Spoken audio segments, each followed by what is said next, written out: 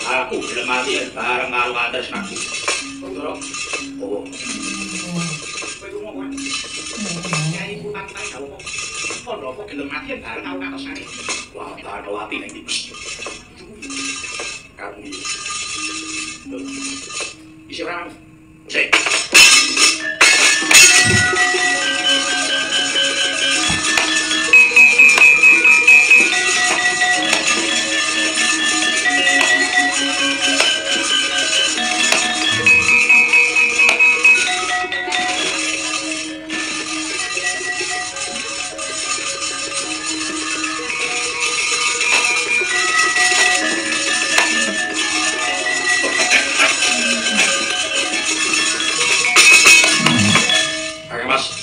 Aja demi.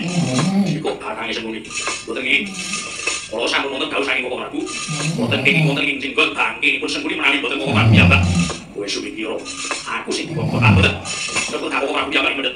Rai boten kok boten ngulungaken. Wong edak.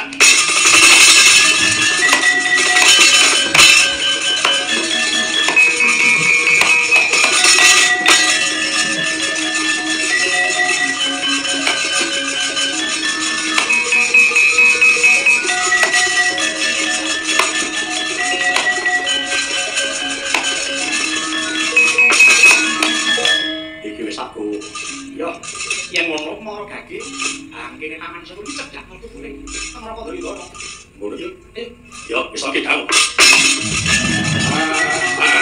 ayo aku ora pamali informasi aku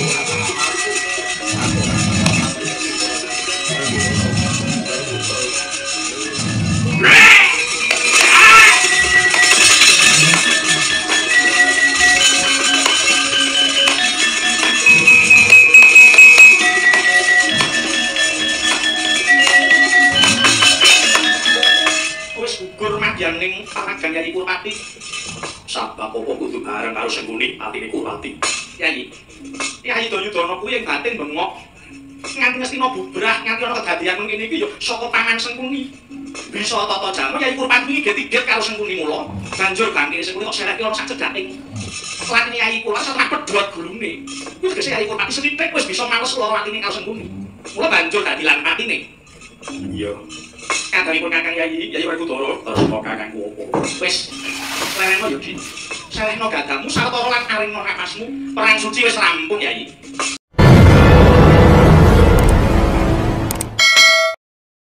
Kayu watu, duit yo sok pinten duwe? 7 dosa gangsa. Yo, mboten sing ajar kok. Ajare lu wiwit nggih. Mulai tahun 7 dosa gangsa. Oh, malah dijolong lahir iki. Iya. Oh, piye? Milai SD. Oh, SD sampun sithik.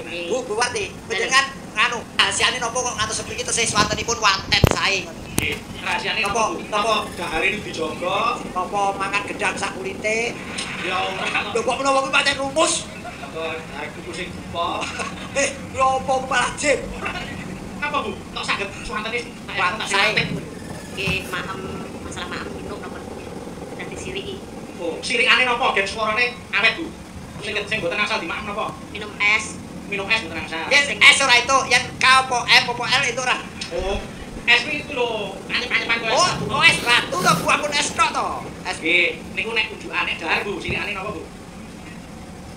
Nek dahar boten kula biasa. Oh, jare kok barengan ning pecel kasih do sithik. Jare gorengan niku. Oh, nggih, goreng-gorengan kaya padang. Ora iki gedang goreng kok sing digoreng padang kali. Kados minuman napa niku? Teh botol ngoten. Oh, botolnya mboten asal dipakai. Teh botol anu ngoten.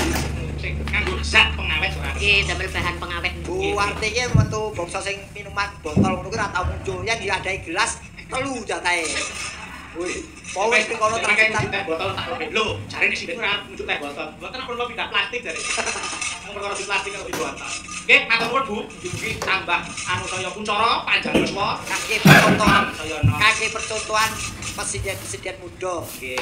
Sok perlu digaweke patung Bu Warti iki. Oke. Nggih. Kanggo mengeti jasa-jasa beliau. Oke, terus niku pancen gawe wonten penghormatan. Penghormatan. Nggih. Tur ngene lho Mas Garing. Pancen sakniki ku golek regenerasi sindek iki rada angel. Leres Mas. Nggih ta? Sing akeh penyanyi menurut saya rada akeh. Wes. Nek pesinden basa nggih gending ulah ngambang terus gede-gede ngoten nggih. Wayang pancen rada angel iki lho. Sudah saatnya kados Buarti menika meregenerasi ngelmune ditularke karo sing nom-nom kuwi. Nggih. Kaya dengan ya ngono Mas Gareng. Regenerasi Gareng saya iki urung eneng lho, generasi sing Gareng nom-noman. Kula jenengan ndang mang regenerasi. Lho, sok sewanci-wanci jenengan ki wis ora kersa Gareng. Lah kowe areng-arani sok benen aku mati. Mboten Gareng ki kepiye? lah jare mbahne biyen ya Gareng. Gareng. wedok. Heeh. Terus budene Mbak Yu jenengan ya Gareng wedok. Heeh. Ning saiki ketoke kok ora alirane ora nggon kene musik Mas anakku. Oh musik. Musik. Pop, rock, jazz. Ora icik-icik. Iki-iki. Kuwi ya musik. Oh nggih. Lho nek putrane dadi dokter saiki ndekane calon dokter. Pengestune. Ya oke ora tak peksa wong pilihane dhewe meng ngopo meneh aku. Nggih, pancen taruna kudu ngumpuli bapa. Pak kowe malah ngidak apa? Ngumpuli iki ngelmune kepinterane lho. Heeh. Bapake Gareng anak-anak ya dokter. Alhamdulillah. Ning tenan ben tak takoni anake iki. Nduk, kowe pengen dadi Gareng. Mboten Om, pengen dadi apa? Pengen dadi dokter. Lah kok pengen dadi dokter? Nggih, dhewe cita-cita lajeng ngutupsi bapak. Oh, Kuwi si anak sing perhatian karo wong tuwek ngono kuwi. Yo Bayu. Tebongmu sithik medeni wong. Piye to? Kowe jane ngerti istilah medis apa ora? Kuwi lho ngecek kesehatan. Ngecek observasi. Oh iya. Yen otopsi iki neliti batang ning pinggir dalan. Sorry. Sorry wae kamu aku mati sagogon apa piye? Mboten, tegese iku jenenge mangan nganggo kecer kok. Seri aku ngene. Tak kowe badhe kowe iki ngonoke aku sumpah. Ra sumpah ngopo? Yen nganti sok iki taun ngarep anakku lulus. Heeh. Koas 2 taun, kok buka praktek, kok anggere buka praktek kowe periksa gratis. Ora sud diperiksa mau lara. Ana bonuse lho, semakin loromu parah bonuse saka saya gede. Teko tene-tene iki bonusmu gede. Perkara kowe iso ngrasake apa ora ya, Bu? Dadi nek tekan bonus modal bonusnya kijing to arep. Parah kok. Nek saiki batu kijing yo nganyel iki. Ah, ngopo? Tulisannya kayak jual kijing, beli 1 dapat 1 nih. Terus untuk janda diskon 50%. Terus kok piye? Karena gue sok coba. Oh, dijek kok kanggo diskon barang iki. Andane yo Sing nganggo ora ngrasake nganggo diskon barang. Niki tenang kula, Mas. Ya diwaca to? Bilu Jendalu Mas Petruk saking rencang-rencang Kas FC nyuwun kintunan gending memanikmu. Nggih. Memonitor saking radio video Kas FC, matur nuwun.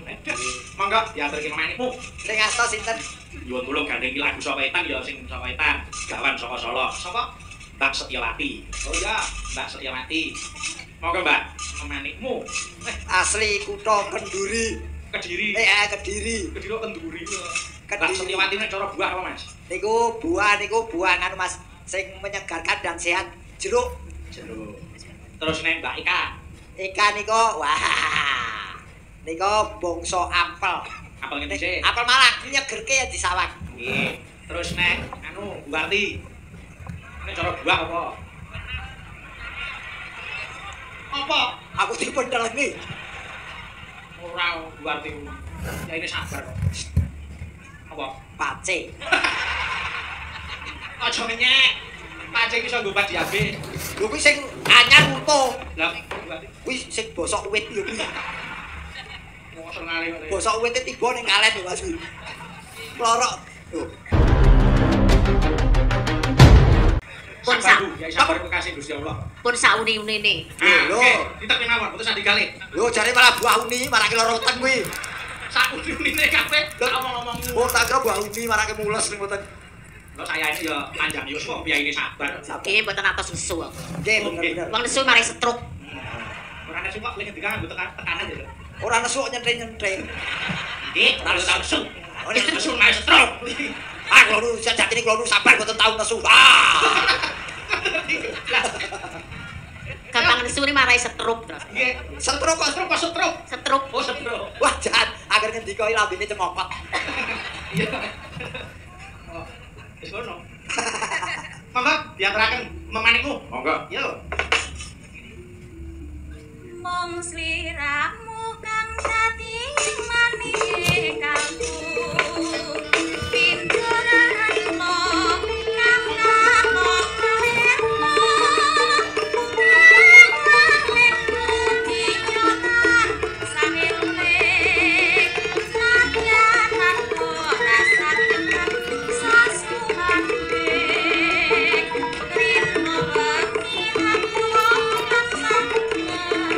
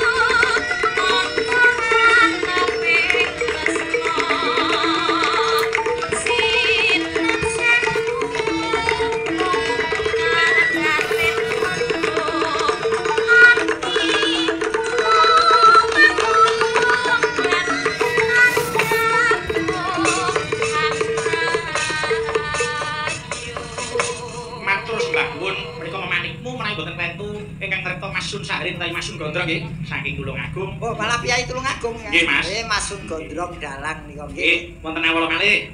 Assalamualaikum warahmatullahi wabarakatuh. Waalaikumsalam warahmatullahi. Kula Pak Iswanto anggota KAS FC Jombang nyuwun gending dadi ati. Gending menika konjuk panjenenganipun Mas Petruk ing dalu menika ngayah wajib wonten ing alun-alun Caruban. Kagem Pak Didik, Pak Waya Pak Eko kalian Pak Untung wonten ing Medion. Wassalam. Nggih. Monggo anu nyuwun tulung karo anu sik Mbak Noni Aprilia jumeneng Mbak wonten kiring kotak. Ya, monggo yuk taram. Yuk.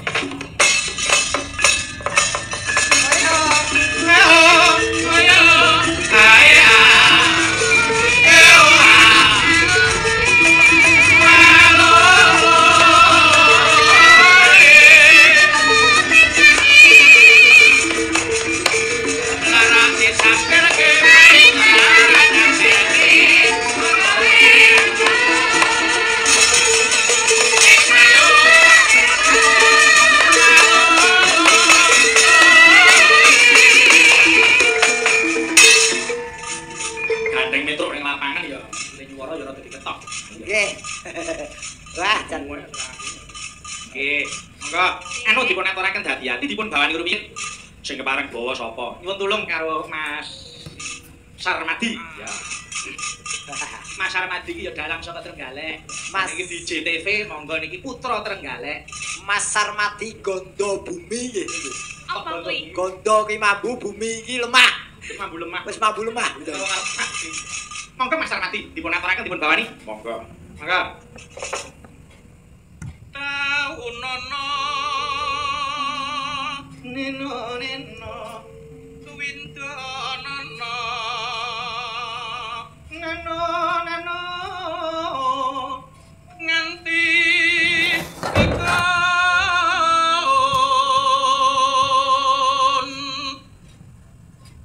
mangsa dadak bisa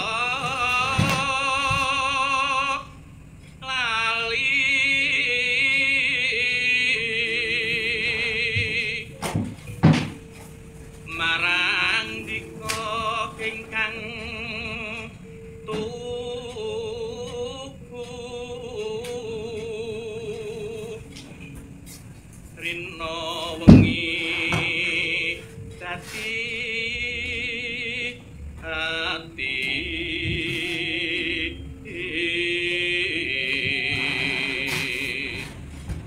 prasaja bisa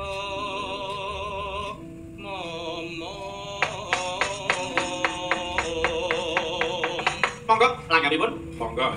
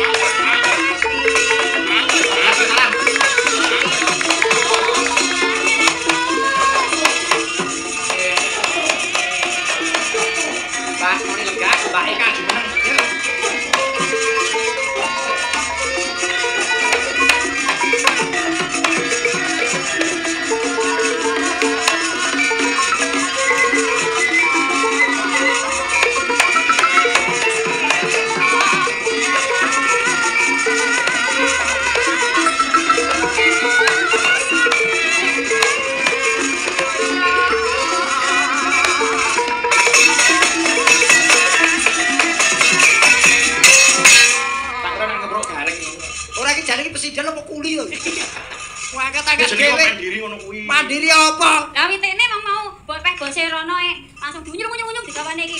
Lah kok arep mlaku rene arep munggah kok ngelang nginget tok tak junjung dhewe. Kok kuwi undak-undakan gawane kau. Kowe iki Warnane padha. yen kotak semene kanggo kowe keciliken sesuk tak gaweke dhewe ya. Ya tak ukure dhewe. Aku ora kemrungsung nek arep dhisik-dhisik. Ora, aku indenku keri kok.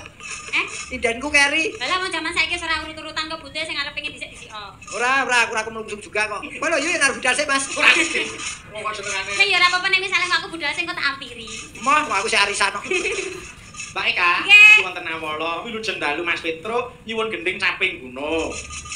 Caping ngono. Gending menika kula aturaken kagem seluruh masyarakat Kabupaten Madiun, ugi kagem Bapak Bupati saha Bapak Wakil Bupati, ugi kagem kanca-kanca anggota DPRD Kabupaten Madiun. Kanthi atur, mugi-mugi perpindahanipun pusat pemerintah dhateng wilayah Medayan saged beta manfaat ingkang sae kagem sedaya masyarakat Kabupaten Madiun. Allahumma amin.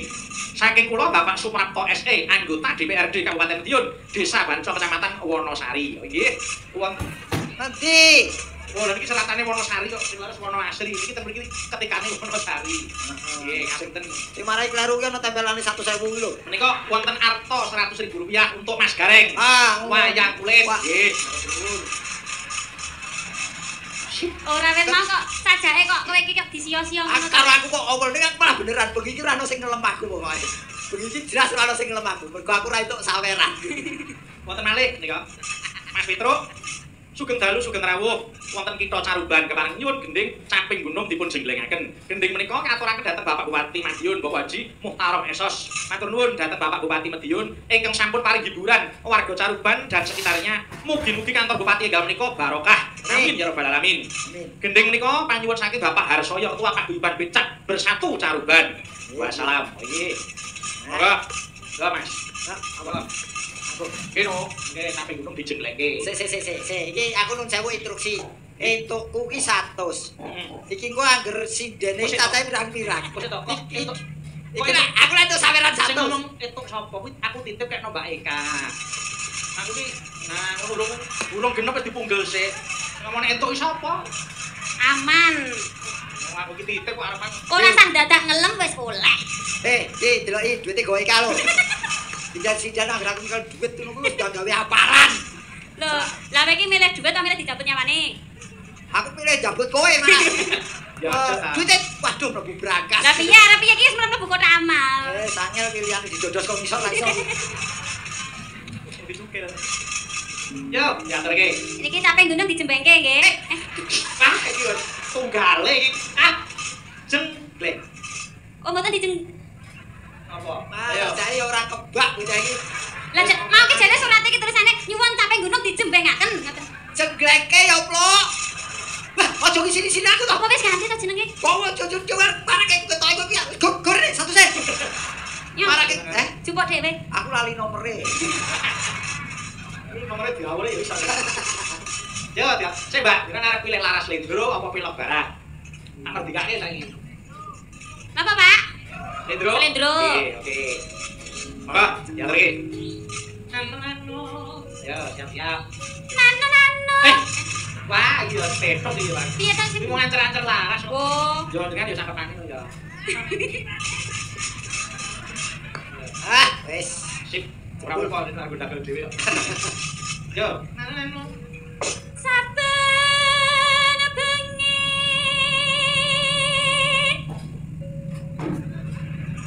Kose. Rada mundur lho. Ora nek rupane gareng kok nafsu ngono to. Rupa biragi. Anu, Mbak bareng cedhake ketok tilune mingkup ta. Mengkok piye wong plentas-plentus. Oh, elok lho karo kaya ngono ning ampuh lho. Kuwi sing ampuh irunge penggandane elok. Kok iso? Ah, diandani kok.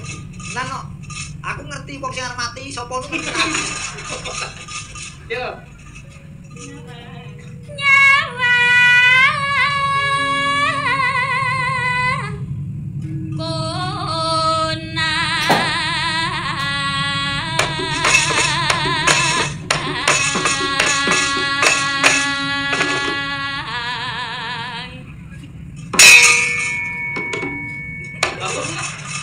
Pas ngono kuwi to, Kak. Wapuk wok marem atimu. Ora sing aku seneng ora seneng ketoke ya. Wong sing jengleng ya aja gilani sing dijengleng. Ora nek aku itu orangnya tuh penuh dengan cinta kasih sayang. Ora mungkin kok aku ki nampuk wong lanang ngene iki ra mungkin. Kene lho Mas. Oh, tak usah. Kene lho Mas. Ora mungkin masa aku kok nampuk wong Iki yo. malah koyo kene. Aku ben kowe ra seneng karo aku tak pucek-pucekke salonmu kena kargo.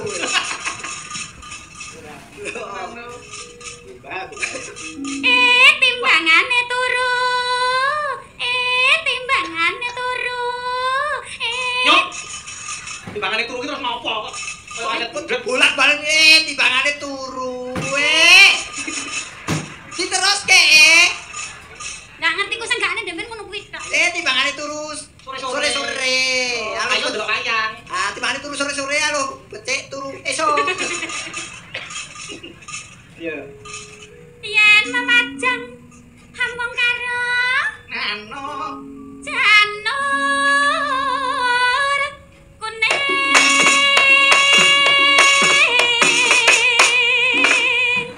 Oi. Hampir mengenai. Mumpung adomah. Ora kesenggol wudune to, Kak. Mangsamu aku najis kowe. Ora. Ya ora ditumo krem, mungkin nek wis ditumo krem. Ditumbuk krem kan najis monggo lah tuh. Jadi ndak boleh nek misale jenengan arep joget ki ya mbok sing ngerti tatanan, ora kok nosor ngono kuwi. Lah ya nono wedok kaya ngene ora disosor kowe kedisikan codot. Krowak pinggire malah cothok. Gesem tok. Ya.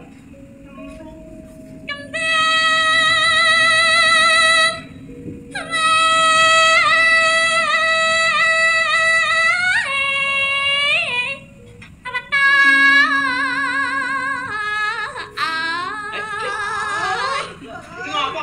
Aku. Sembarang yo cekokmu mau kok aku ora entuk. Yo.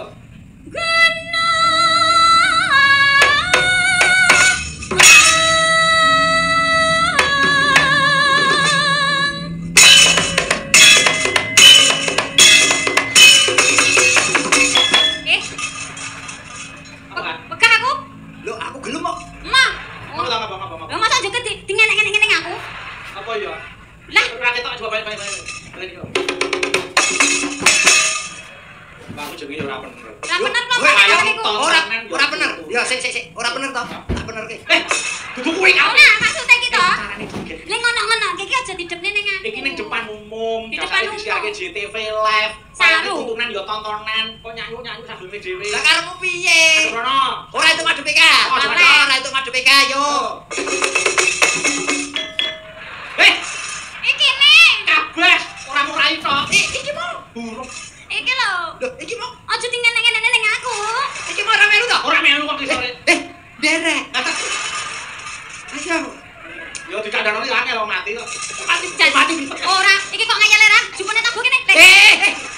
Lah kok aja madhep aku kok ngeyel ra aku. Lagi mari. Agak terubus. Ya sing bener.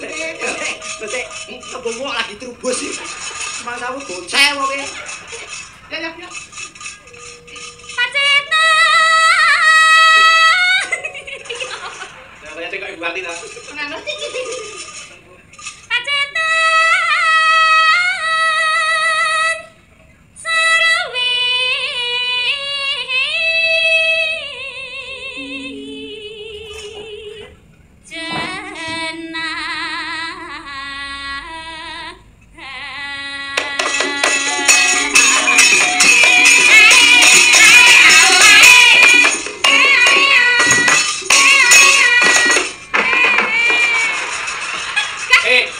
Wis nyebut umur saya tua.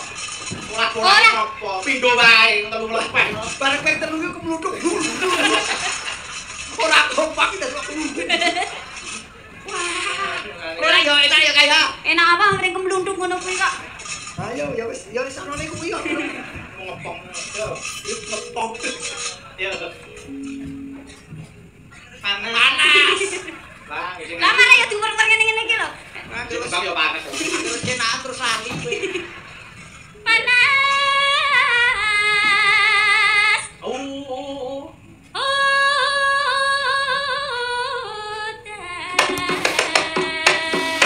Udan. Ngono. glengok marem ya elok tenan agare. Elok apa blok lho. Ibarat teres muntir-muntir ora iso metu. Sing marake udunen iki lho. Arian sih. Ora kabeh. Santai aku santai iki. Ora dadi berdarah. Iya ya. Ayo, Nah, terus yang sih. pengumuman yang bawa uang dalangi, ayo. Serangan fajar. Ya ora mungkin. Ora mungkin dideknoni kok. Lah, yuk. Mangkat nyang Telkom. Wih, tidak iki apa ya? Telkom apa? Numpak Isuzu. Weh, numpak Isuzu terus. Pangarsane Bapak Tarem. Ya. Masyarakat maju. Amin. Sia-sia sing Telkom. Bapak Tarom nih kau apalan kau gak harus Bapak Tarom. Nggih. Candhaipun terus sapa to wi? Anu, Mbak Setiawati sik we. Noneno. Ibu kita Kartini. Sapa? Oke, Bu Wati. Oh, kok Eri no. Bareng kau nembang ini. Ngaji jauh barang. Oke, Bu Wati mengke. Noneno. Menyang pom. Pom terus. Gawa sate. Terus ora nek nggon tamang ate tekan pom terus. Bupatine Mbahmu Tarom pancen oye. Wah. Lah, Uye saiki istilahnya kanggo Bapak Bupati. Biar Pak Mantep, saiki Pak Mantep ganti sebutannya ora dalang Uye. Dalang metik kok ngono? tanpa gigi. Wah, ya cek wis. Kualat lho kok. Oh, awas we. Ora Bapak. Padan Pak Dhewe orang Padan gecek tenan. Ora aku tak omong dhewe. Ini Pak Dhewe orang Padan dilapori nyak ngono masalah iki. Wah, wis obat ya. Yo, iki musik Mbak Desti. Manu neno. Yes. Neng alun-alun Apa? nonton air mancur. Ya maklum, Des. Maklah enak ya. Terus, Kabupaten Madiun. ya. Semoga tambah makmur. Dan Tak kira Kabupaten Madiun kebak air macul. malah goreng kan air mandor. Yo saiki pangi. Ayo. Nah, neno. Tengah sawah Ngasawah. ana wit kara. Nggih. Kabupatene pindah. Ya. Mugi Madiun tambah kuncoro. Nih. Ya tambahe ora kucara ya ono slamet ono bejo. Tambah kuwi kabupaten iki saya bebas. Tak kira penduduknya tambah kucara tok. Ora ngono. Ayo sik anu. Badar iki. Ah iki. Masare kok semende tak iki kok budi. Masare arep kene padha. Yo badar. Jangan loncom, Kan loncok. kurang uyah. Terus tambahi. Parikan baru. Ya wong mare wong uyah dicepayake kok kene kok yo. Baleni kuwi apa kuwi? Jangan loncom, Oh iya iya. Wah, syukur. kurang uyah budek. Hah? Rasakno. Rasakno. Kene sing latih nulute angil kok. Mari jatak nek. Aku sing latih angel lho ben iso ngono terus. Mugi Mbah Tarom Nggih. saged tansah dados amanah. Piye-piye? Budek neh. Mugi Batarom. Kok tak kira mugi Mbah Tarom dahar jangan oncom. Saged amanah. Oh saged amanah. Aku tansah kok. Mugi tansah amanah manah. Terakhir Bu Gareng. Ya sapa Bu Wati. Aku wis talak telu. Mangga Bu, paring-parikan Bu. Jare lucu. Ya Bu nek sing hati-hati ya. Nganti luput nggonmu parikan. Acok. Yo aja to. Ngono ae sia-sia. Sing ning dalem tak ajari sayangku ngono, bacok. Wani bacok kula. Oh. Syukur we. Jangan, Bro. Oke, Bro. Bro. Mangga Bu. Bu, apa di sini ayo. Dolan nang pom Iki geng ngopo to ki wis. Kertosono. Oh, Pom Kertosono. Ibu Montarom, ketua guyub Paranggono. Wah. Niki Madiun wonten guyub Paranggono sedaya. Guyub Paranggono dipun suwi kalian Bu Bupati. Nggih. Oh nggih. Lah jan. Minangka pini sepuh Paranggono nggih Bu Arti piyambak. Nggih. Terus Parangporo. Dadi bangunan ngono Bu Arti iki pondasine Paranggono. Kuat-kuat Paranggono Madiun Bu Arti. Nggih, nggih, nggih. Bagian pembalung. Sinten? Kula. Lho napa sing cerdas kok mangan balung? Pembalung ki kuwi lho, Mas. Perangan ning gamelan. gamelan kok sanggon sarem kuwi jenenge balungan nek cara. Oh, tak kira mangan balung. Wah, Aku gamelan kuwi lho. Oh, pembalung iki to. Pembalung. Wah, hebat. nggih. Sik, matur nuwun. Yo Pak Ika. Anu neno. Kula nggih kecatan. Megal megol. Rone. Melu mangan kerupuk. Terus Egal egal. Heeh. Kabotan turi turi putih titan. Kowe kan nembang apa? Eh? Sing cekak. Dirwokke boleh ora cetha. Dirwokke piayake lho. Megal megol. Mekal-mekal. Karo mangan kerupuk. Kan mangan kerupuk. Egal egal. Mekal-mekal lagi bener. Kabotan turi turi putih. Wah, mbok ah. Maju dhewe wong mikir. So meneh yen arep nembang ngombe obat sih. Kok ngombe obat piye to? Ben mari. Yo, tutuke. Panas udan panas panas udan panas panas udan diudani aleng aleng aleng aleng Aur, aur. Wis liwat. Yo, kate. sampai gunung Baik ah. nggih Niki wonten awal usulan mawon. oke Assalamualaikum. Kula nyuwun saping gunung. oke waalaikumsalam Kagem pantipur sedaya warga masyarakat kang Nggih. Jadi kok apa lagi gitu. lagi ngapa Mak terus. Kalau sini Ratu yo gigit. Ah, jangan ngawuk. Tanggung jawab. Pergi. Latihan Mata Mak, ditutuke mangsane iki. Yo. Natyan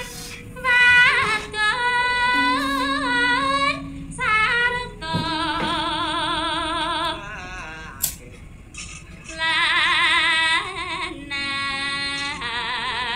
Lanang Inumane banyu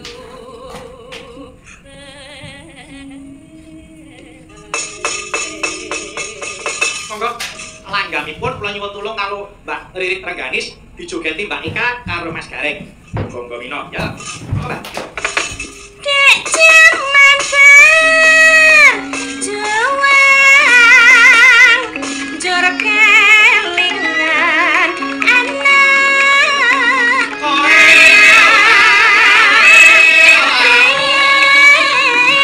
tak open saiki ono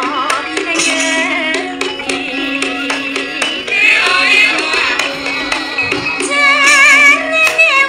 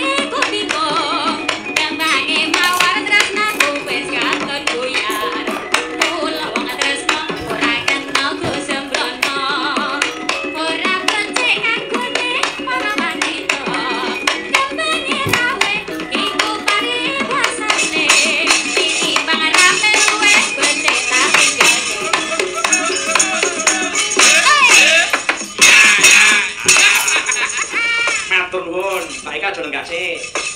Niki wonten ngawala, kula dados setunggal Mas Gareng. Nggih, Mas, nggih. Kaya mangkat wis bengi. Nggih. Assalamualaikum warahmatullahi wabarakatuh, Mas Citro. Kula Ibu Sumani Sing Ratu Garingan. Nggih. Ulung nyuwun lagu orek-orek. Nah, iki kudu diaturke iki khas iki. Kagem Gus Haji Nokulit, Mas Gandulya, Ibu Siswa Utama, Ulung. Ibu Agus Susanto, Melarak, Mas Haryono. Nggih. Matur nuwun. Ya, orek-orek diaturke. Niki sing asal sinten iki? Nyuwun tulung karo anu, Mbak Darsini. Ya. Mbak Darsini. Monggo, Mbak. Nika ciri khas mriki, Mas Gareng. Niku sampun mendunia. Orek-orek menika. Nggih. Monggo dipun aturaken. Monggo, yuk.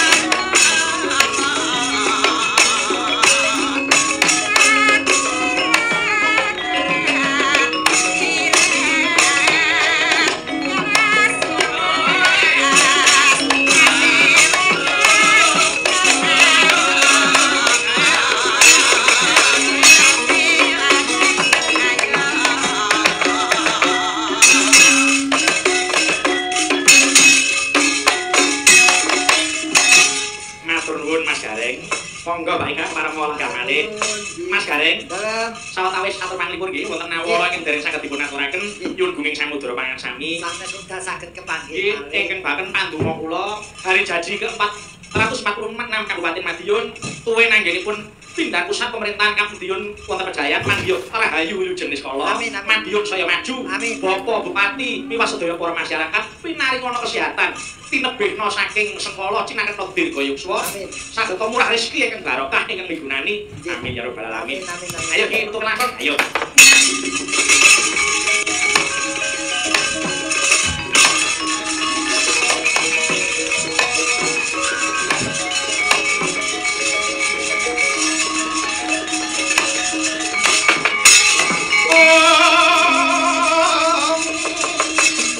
Mamadhare warasita ning ati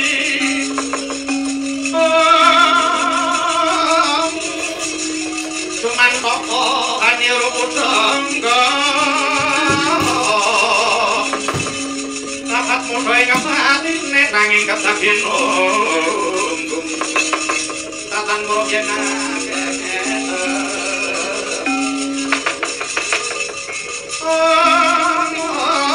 manungsa anggun toko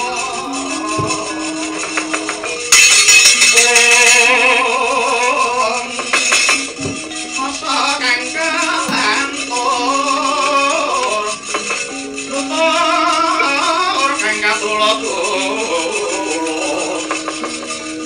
kang rinuruk lawan lirik mrih padanging sasito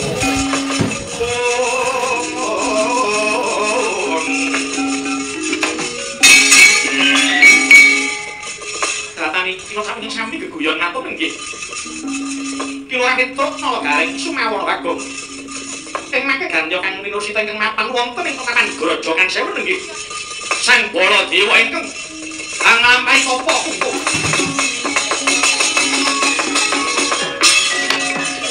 lang-lange triya mang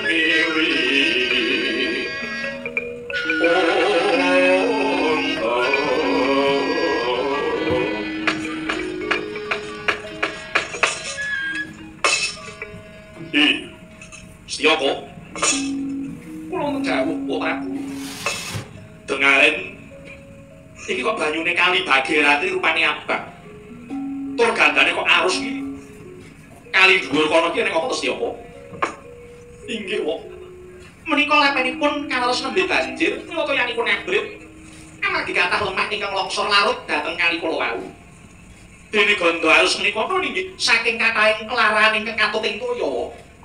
Oh, ngono. Inggih. Lah kae tak salah kok ana remukan kreta tugelan rodon. Remukan gaman karo batang gajah ating klemah. Bangke kuda tumpuk matumpa-tumpa kuwi. Nalari piye Sriyaka? Nuwun sewu Prabu.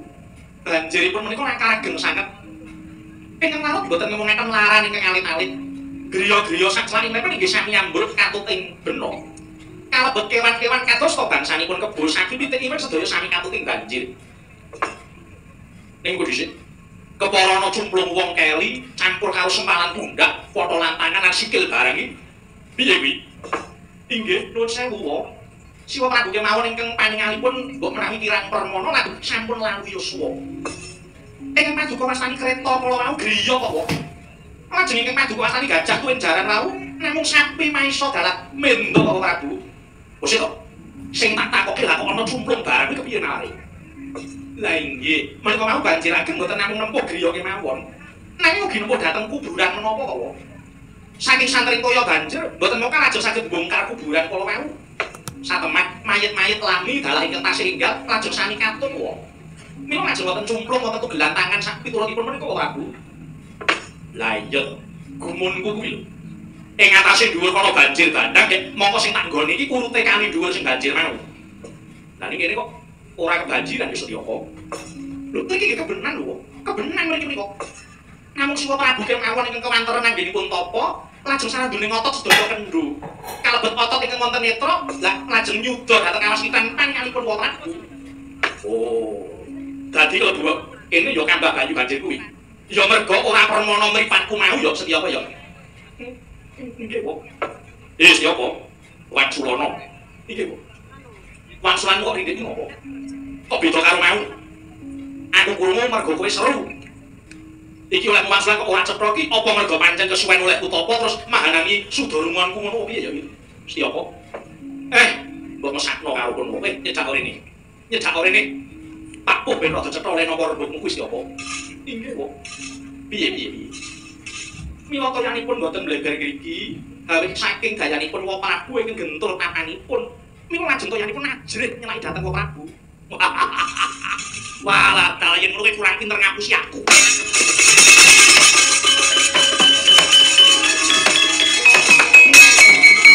Tak merek kita tak bang maling ngis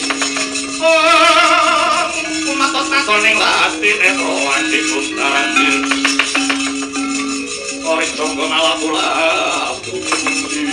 gerangan kau anake mung padha dene tukang ngapusi layak kembange Wijaya Kusuma ora megar-megar mergo tok talengi aku bolah bangsa elek wah wis kita bola do disingkirke wah Bratayuda wis dadi iki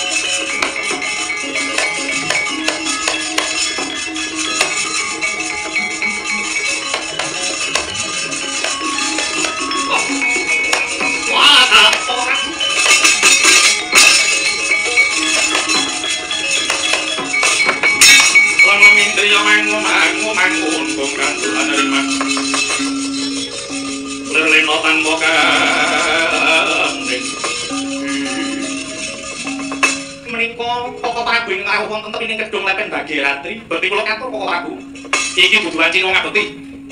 Mala tumuli aku kandhanono sebabe apa kok dhening pinggir gedung iki. Mangke rumiyin to. Sampun kesesotipun sarekaken rumiyin to Koko Prabu. Kula nyuwun dawuh kados pundi anggenipun Koko Prabu matirta menapa sampun pikantuk kasil. Wis aku wis entuk hasil. Kasilku yo kerep diapusi bapak karo anak kuwi. Wis ora rasa dadak basa-basi. Prasaja, kowe niki do apa? Inggih Koko Prabu. Inggih piye? Iki Bratayuda wis dadi to. Wis dadi to. Inggih sampun parah tenan to. Pancen kuwi bae wong culika. Kuwi wong pokrol pinter omong. Aku tok guak ning grojokan sewu iki janjane kok karo apa? Inggih Koko Prabu. Kula ngertos Koko Prabu menika tiyang getapan penggalih. Menawi wonten kahanan ingkang dipun raos ganjel, ajalipun lajeng serit penggalihipun. Lho, iya. Lawi tekno kahanan ora bener apa dineki wae piye? Ngajahi saking menika. Bratayuda menika perang suci Koko Prabu. Perang ingkang sampun wonten tandhingipun piyambak-piyambak boten kenging ngampiak awur-awur. Sapa malih Bratayuda menika perkawisipun Pandhawa kaliyan Kurawa. Dados sanes perkawisipun tiyang sak jawining Kurawa. Sik. Menapa? Kowe mau kandha. Lah nek Bratayuda kuwi dadi sanggemane Pandhawa lan Kurawa, liyane ora entuk melok. Lah nyuwun pangapunten lajeng Rayi Mas Kresna menika tiyang pundi?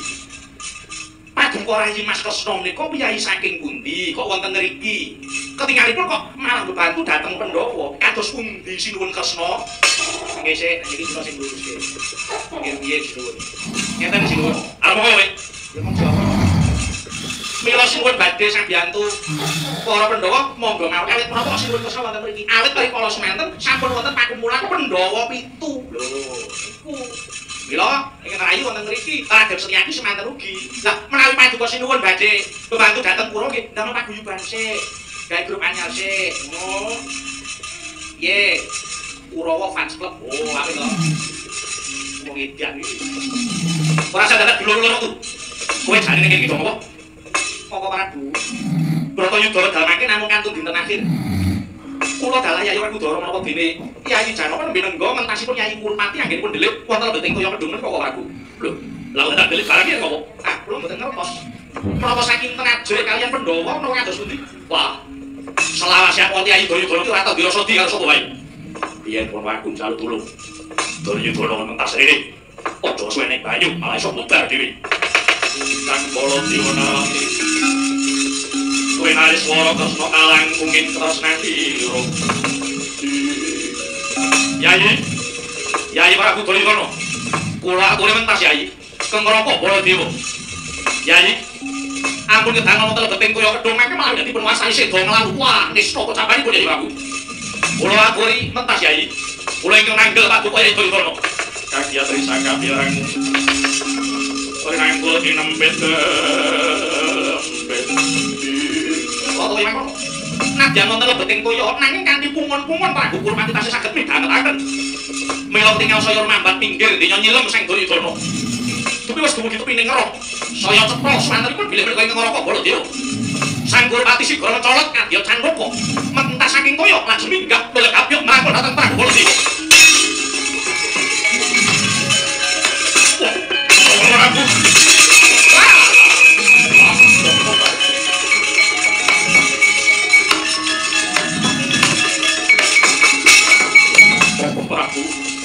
Pokok Prabu kadang kula sepuh. Mugi kepareng Paduka ngayomi dhateng gesang kula Pokok Prabu. Kula sampun boten wonten sanak saha kadang. Kula sampun boten gadah menapa-menapa.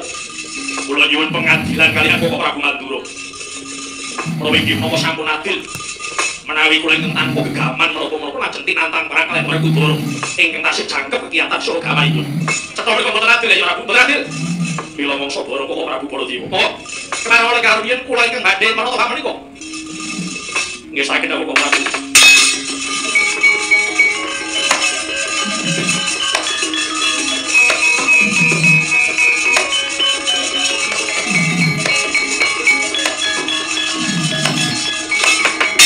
Sikroken kala tuningal sasampo samya medali.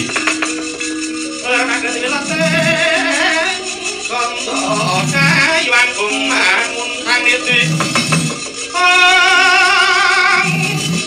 Benjang sangat sini hati nyonget halibun Puno surawi logo kaya buko sing oregil Yayi Prabu kados pundi Pokok Prabu menawi Yayi Prabu Duryudana pirantosipun jangkep sami kaliyan Werkudara tasih wani perang wani mawon. Oh iya syukur Yayi. Yayi Kresna kula Pokok Prabu sejatine Yayi Prabu Duryudana ora miris ngadepi Pandhawa ya mung kurang adil ing atase Pandhawa gamane isih komplit nanging Yayi Kurmati babar pisan wis ora ngagungan pusaka kula yen pancen Werkudara kok Janaka sing bakal ngadhepi Yayi Kurmati bisa ngiyasake gaman sing padha karo dalem kelawan Yayi Kurmati bakal ngadepi ora miris nyang kekuatane musuh. Oh ngaten to iya menapa ingkang ngaten Yayi Kurmati nggih Toro apa mara gageh jumpuken gadane Yayi Duryudana sing gemletak cedhak titiane ae lho.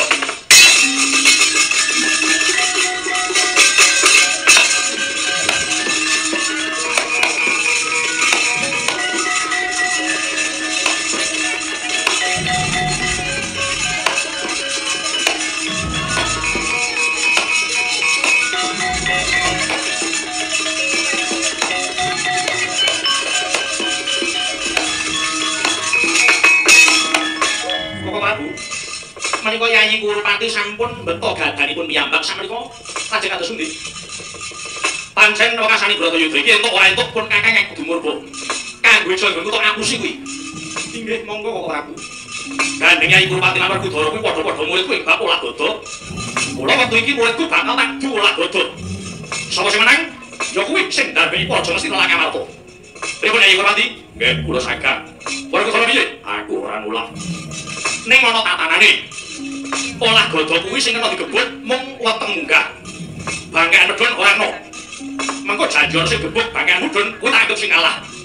Lan tak jaluk ora kena iwang-iwangan. Sapa kuwi tak anggap kalah. Kuwi sendika kok Prabu. Kita kok Dun. Tak jaluk kowe ngewang ngono. Nyawat-awati siap. Sapa sing ngewangi kuwi dianggap kalah. Sriya ngestangi rawuh. Seragame ora sang ngono bae. Apa eneng kuwi kanggo nganti rampung kowe. Sriya ngirit. Sampun kok Prabu. Yai Duryudana kados pundi? Sampun sama kula dereng. Nggih, Kakang Prabu. Kula badhe perang ingkang resik. Werkudara, apa? Kowe ora lali ulangan kok carane nak digoto sing becik? Gak. Yai Kresna, ayo. Melu ngulatke iki kok Prabu. Wis ayo, enggal diwiwiti. Ayo, wiwiti Werkudara.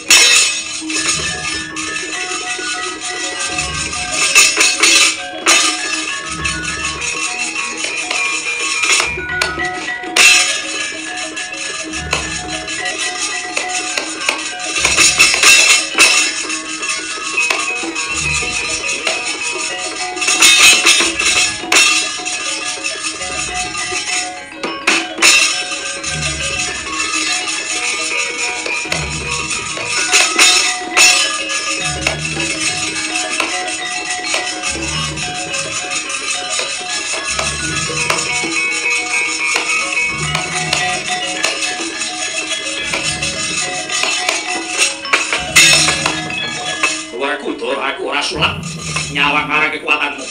Werkudara ora wegah tanding karo Batang Bayu. Nyoto ampuh. Tetoken kadikdayanmu.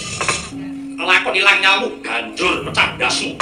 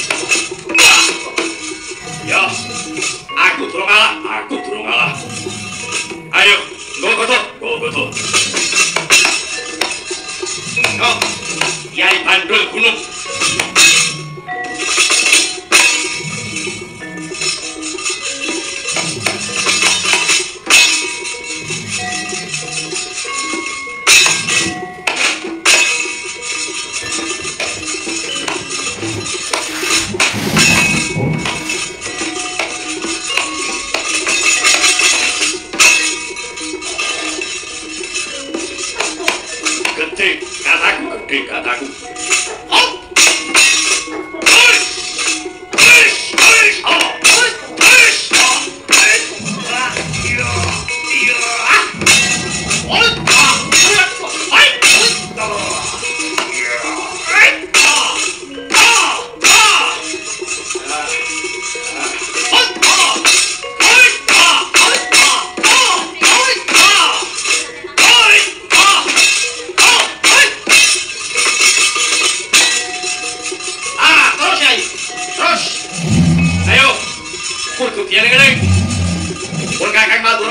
Cari ke piye?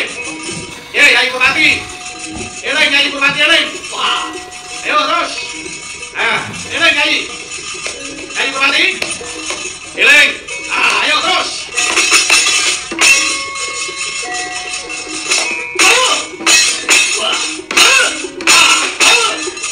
Yai Bupati. Ayo sing kuat. Yai Bupati eleng. Yai Bupati.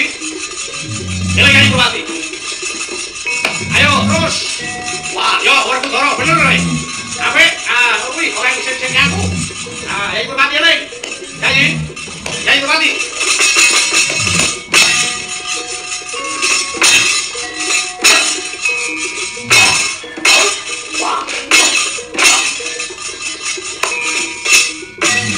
Motor 5 kono. Wes atur urusane Sang Kurpati wah, ya warga Doro nyolak godhog.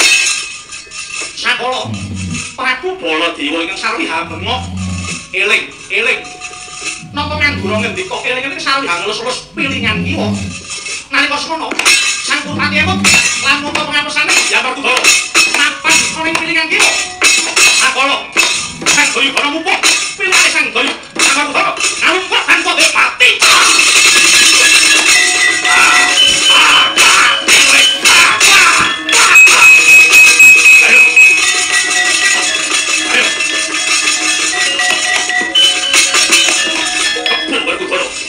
Ayo, Urpati ora kata nek barengmu. Nyoto wis andre amuk tangi wae.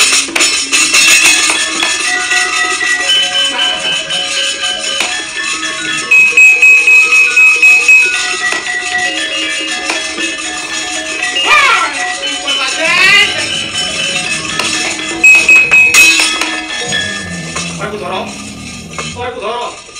Boro. Kuat-kuatke, Dik. Bratayuda mung dina akhir Prabu Doro. Kuat-kuatno ya Yai. Urpati nyampluk piling aku. Sumerpet. Wah, itu karepe dhewe. Kira Dun. Tinemune sing jarak ah. Kang Raka Baladewa. Sinun Baladewa. Yo. Kowe krungu ora? Kang Prabu Baladewa ngendika apa? Piring. Kenalan pangan kok iki.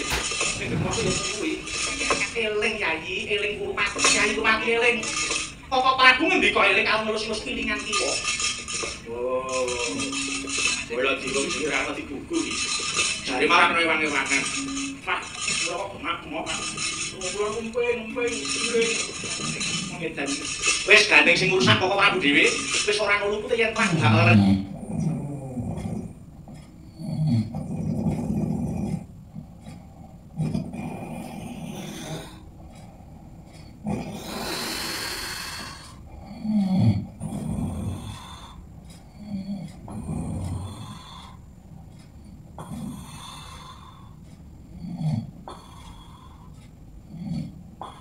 Ewan marang Kyai Prabu Doro. Iya, bukune sinten? Coba dhewe kuwi. Oh, ngasmitani. Oh, ngaten. Yo, nek aku njaluk tulung aja nganti kok Prabu Baladewa ya. Aja nganti nganti dimenggo candasmu kok lah. Lah niki berarti ngeten iki.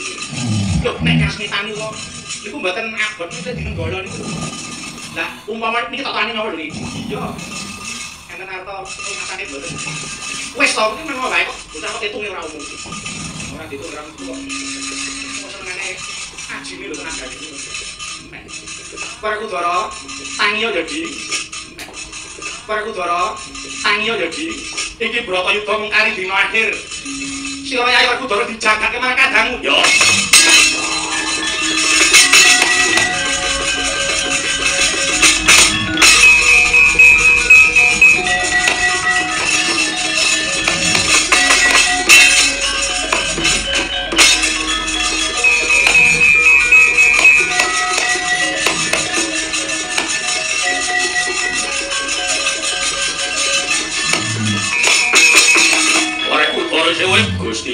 uripku. Aku durung ilang ya wong Pak.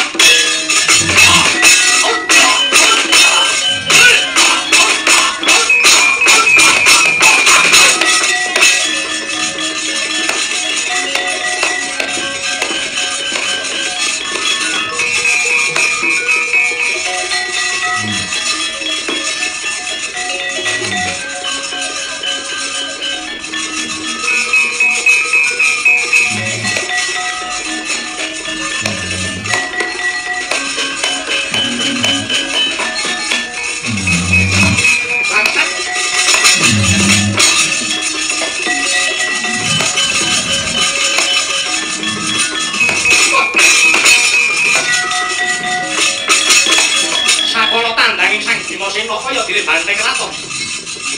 Nalika semono sang Kilurat Petruk kanggo nyasmitani sarwi tampel entis. Sakala Hyang Werkudara. Mulingane nggih Kilurat Petruk tampel pupu kang kiwa. Kaya dene lingake lamun pengapesane Prabu Dayudara mapan ana ing pupu kirik. Dadak sakala. Pupune sang Dayudara pinumpuk badhe dening Hyang Werkudara. Gumlektak kaya den sengkake karsane Hyang Werkudara.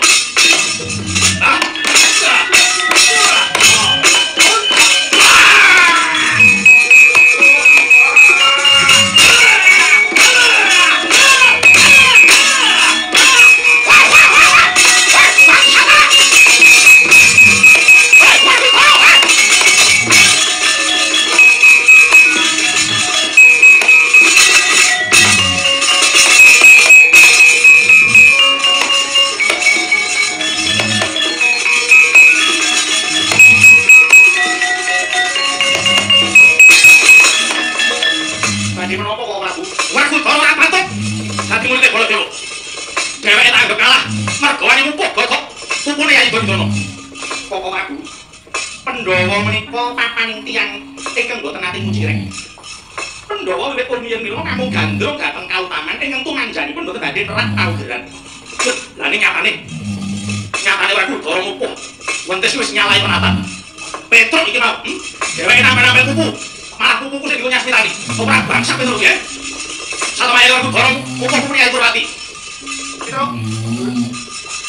Oh bener boten. Sapa sing Sampe-sampe pupu apa? Gatel. Lalu yang pupu, gatelnya jalo. Dicoba pupu ya. Ora iso. Iki tetep tanggep ora bener. Werkudara tanggep kalah. Apa Prabu? Menawi Paduka mboten purun dipun salahi ya aja nyalahi dhisik. Aku kalahi apa? Kala Paduka ndika napa? Nyasmitani menapa dhateng Nyai Kurwati. Aku ora ngerti apa-apa kok. Alah, harus elak. Nek bunga-bunga nang pinggir gayor apa? Ulun. Isi menggutek lho. Lah munggah lho. Ora rasa. Ora rasa. Aku yo gatel, gatel seragam. Gatel. Aku ki mau jare iki surat-surat. Arep buka panen Nyai Duryudana. Ora beruntung iki ya. Ora kok eling. Kalian malih Koko Prabu iki sampun Koko Prabu. Terang menggali. Sampun tahun-tahun anggenipun Pandhawa dipun sengsaraken dening Kurawa. Marambah nakapen Pandhawa dipun damel gak siya kaliyan Kurawa. Sampun marambah nakapen Pandhawa badhe dipun pejahi dening Kurawa ewa semanten. Kali Puntadewa dipun sabaraken penggalihipun. Koko Prabu. Menika sampun dungkat titiwanci perang suci utawi perang pengadilan. Sebelum kita mau senanem inggih wonten ngriki menika mundur punika. Menawi Koko Prabu nganti badhe nglajengaken anggenipun menika dhateng Kurawa, Kurawa Paduka badhe kenging benduning pangeran Koko Prabu. Wah, aja bareng tak pikir bener kandhamu iki. Terus aku kudu piye? Tinimbang Koko Prabu nyuruh mempila lampan kados ngaten mboten mentala. Langkung prayogi menawi kondur kemawon dhateng Mandura. Pancen menawi kawontenan sampun karemenaken, kula badhe ngatur pirsa dhateng Koko Prabu. Wah, prayoga kok ora bali kae iki. Wah!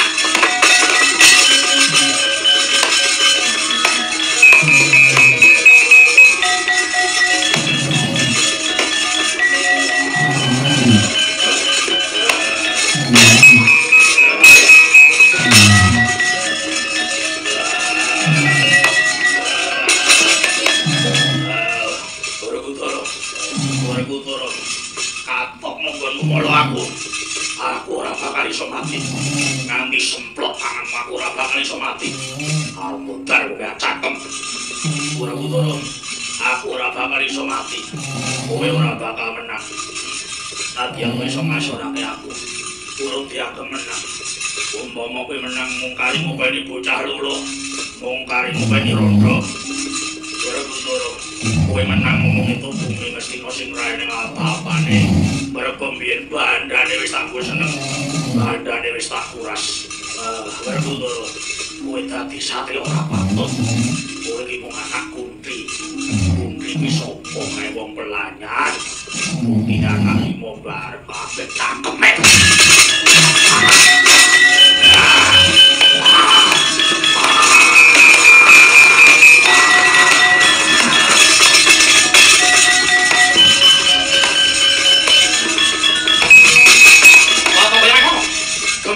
Sang Werkudara dadi jaret ucape Pragoda Yudana. Ngetok karosan ngasap tuturing sang Krupati suwek bakal kata ilang sepati nungso saya gedhe, saya abot dadi kaya buta.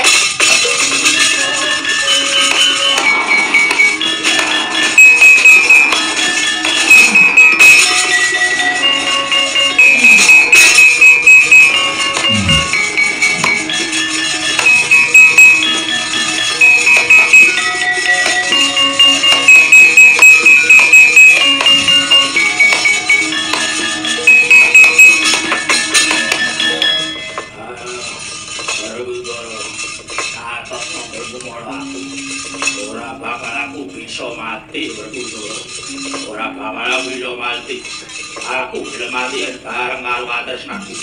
Kutara. Oh. Kowe ngomong. Nyai Kupati karo dawa. Kono kok gelem mati bareng karo katresnane. Wah, karo ati ning iki. Karo ndi. Isi ora. Cek.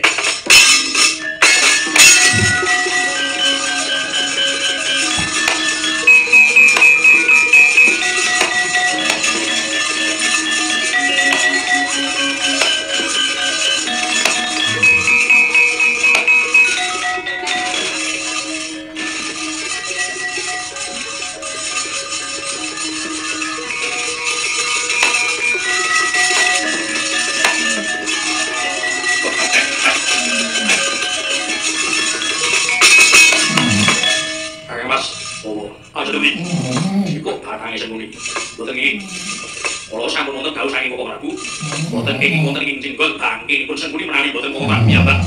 Kowe sumikira aku sing dikongkon boten. Kok tak kok piyambak mendet. Rai boten kok boten nulungaken. Wong edak.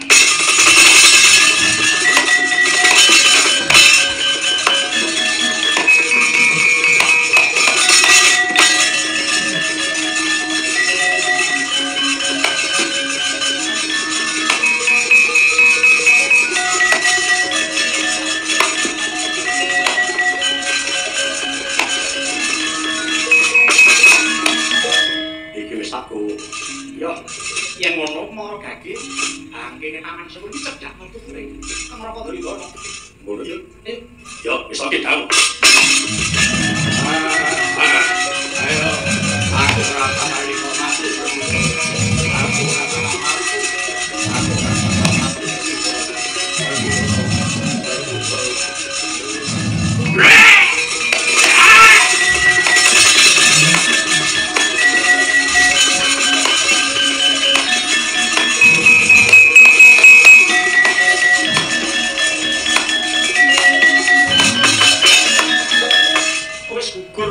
ning paragan Yai Kurpati. Sabab apa kudu bareng karo Sengkuni atine Kurpati. Yai. Yai Dayudana kuwi ing batin bengok. Nganti Ngastina bubrah, nganti ana kedadian ngene iki ya saka paman Sengkuni.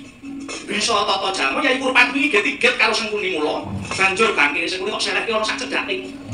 Selatine Yai Kurpati setengah pedhot gulune. Kuwi tegese Yai Kurpati selitik wis bisa males lara atine karo Sengkuni.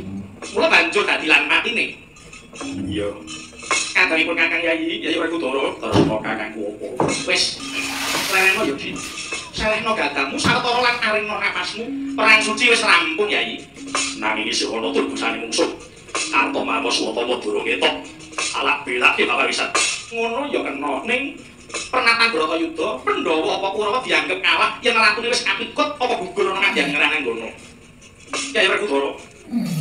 Kyai Prabu Bratayudana perang Bratayuda Jawinangun sing isih keplayu karepe dhisik mengko tinemu kuwi. Banjur kabeh kepiye?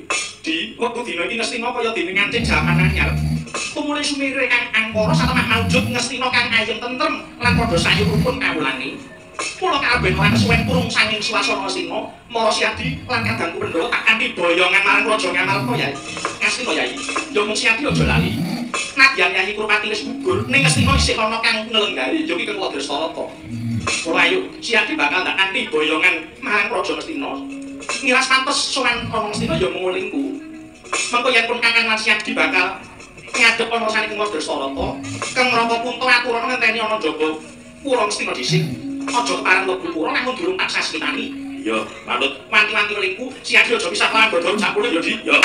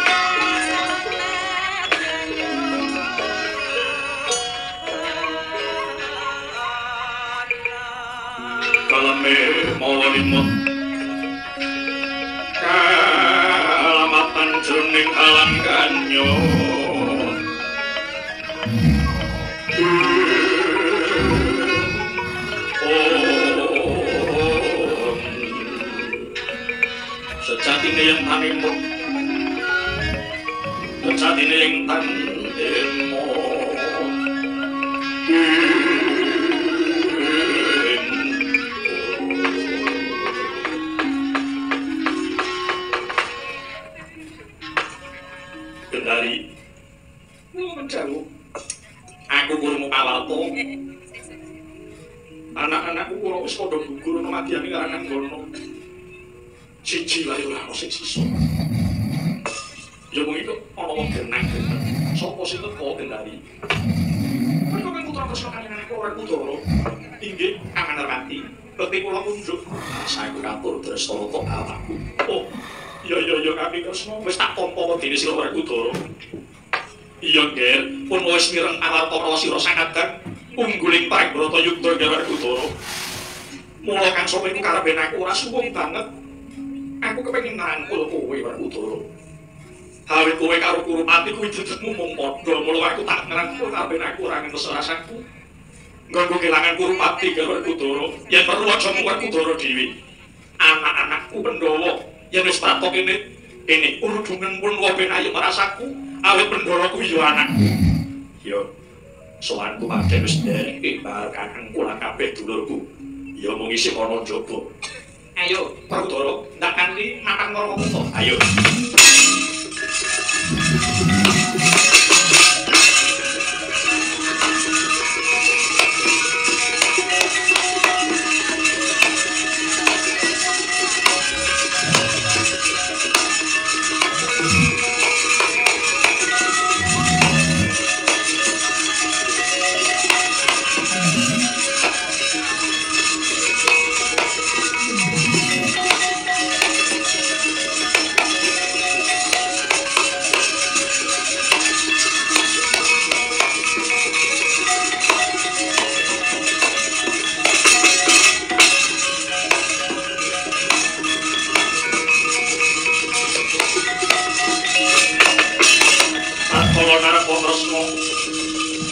tulus anyakra menika Koko Agung Ndrawati kang sampun miyos. Inggih Yai. Kepareng kula kanthi lumebet wonten pura namung wanti-wanti atur kula. Paduka sampun ngantos nyaket dhateng Kang Wadrasara langkung riyin. Werkudara, nadyan kowe mengko nyaket Kang ning tak jaluk awakmu aja nganti kesenggo lastane Kang Werkudara. Iya. Aja lari gagamu cak kula gawan. Lan gagamu mengko cecakno rasane Kang Kok ngono wis kok manut aku. Iya.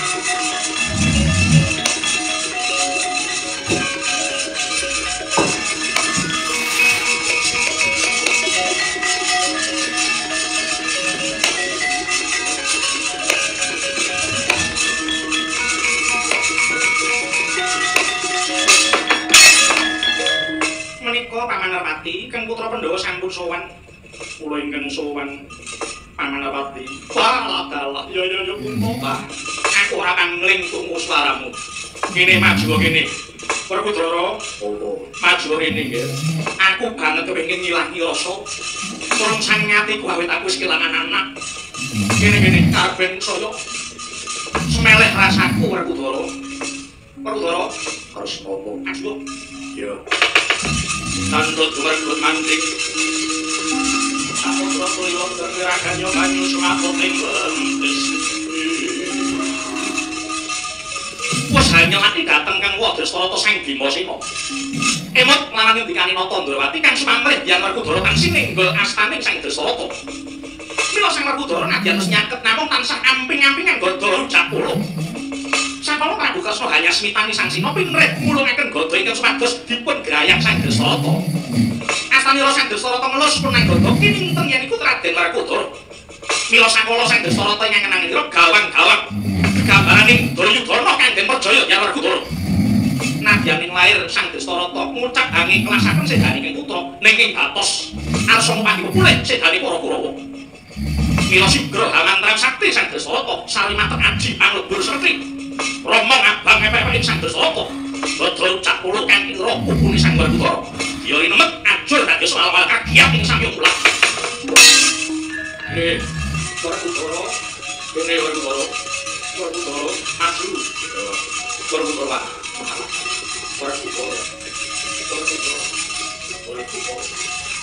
Duryudana.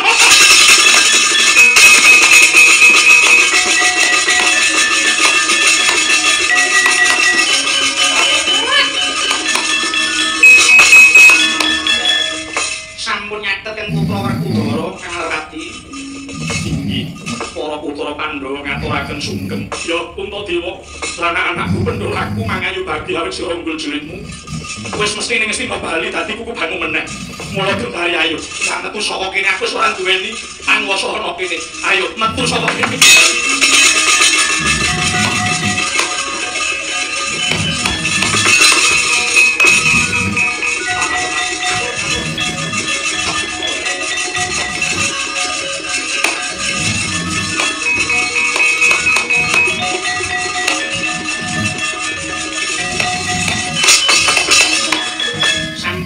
Boten perlu dipun candhek lamahipun Nyai Prabu. Kados pundi Koko Prabu? Sampun Nyai. Mbok menawi Kang Wa rumaos lingsem piyambak, mila dipun merdekaken kemawon raosipun Kang Wa. Kula kintenangke menawi sampun semeleh mbok menawi kok benten kawontenanipun Nyai. Inggih Koko Prabu. Tro, ayo apa? Tak kanthi ngawat-awat iso ngadoan. Yo.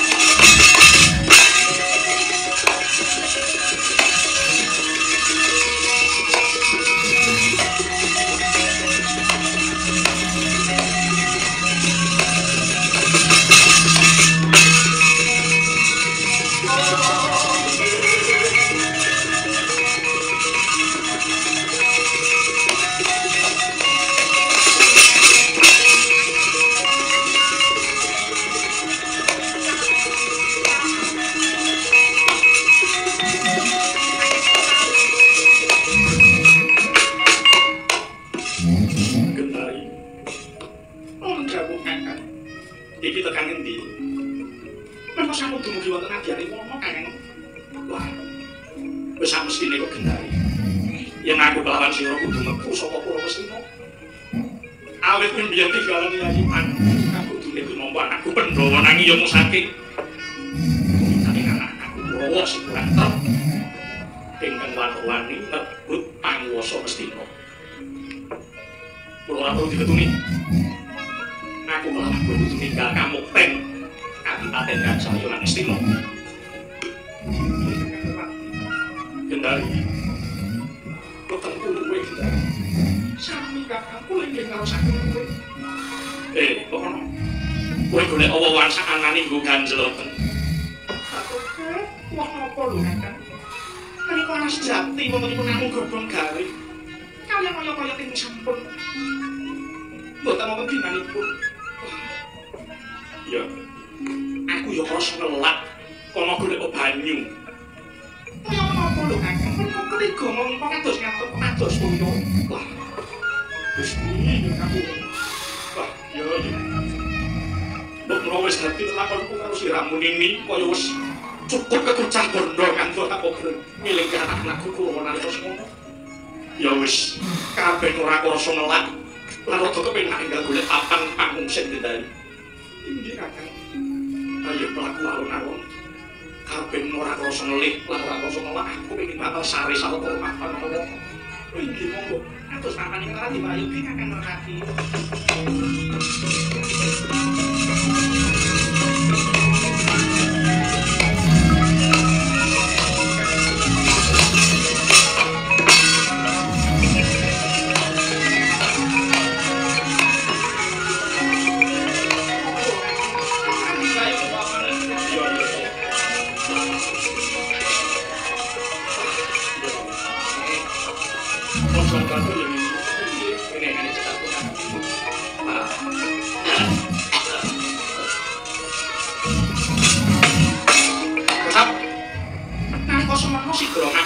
Sang Dresna liwat keng garwa.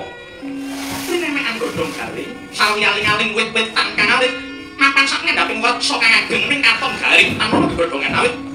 Kaprawasa marang panasing srengenge dasare wanci tiga ngerak. Sakalana swara gegerotan pating jarep tewas wonten kayu kekayon kang sami sesenggolan. Dadak sakala ana angin gedhe kang tumepuk satemah kayu-kayu kang sesenggolan, mahanane saya banter suarane.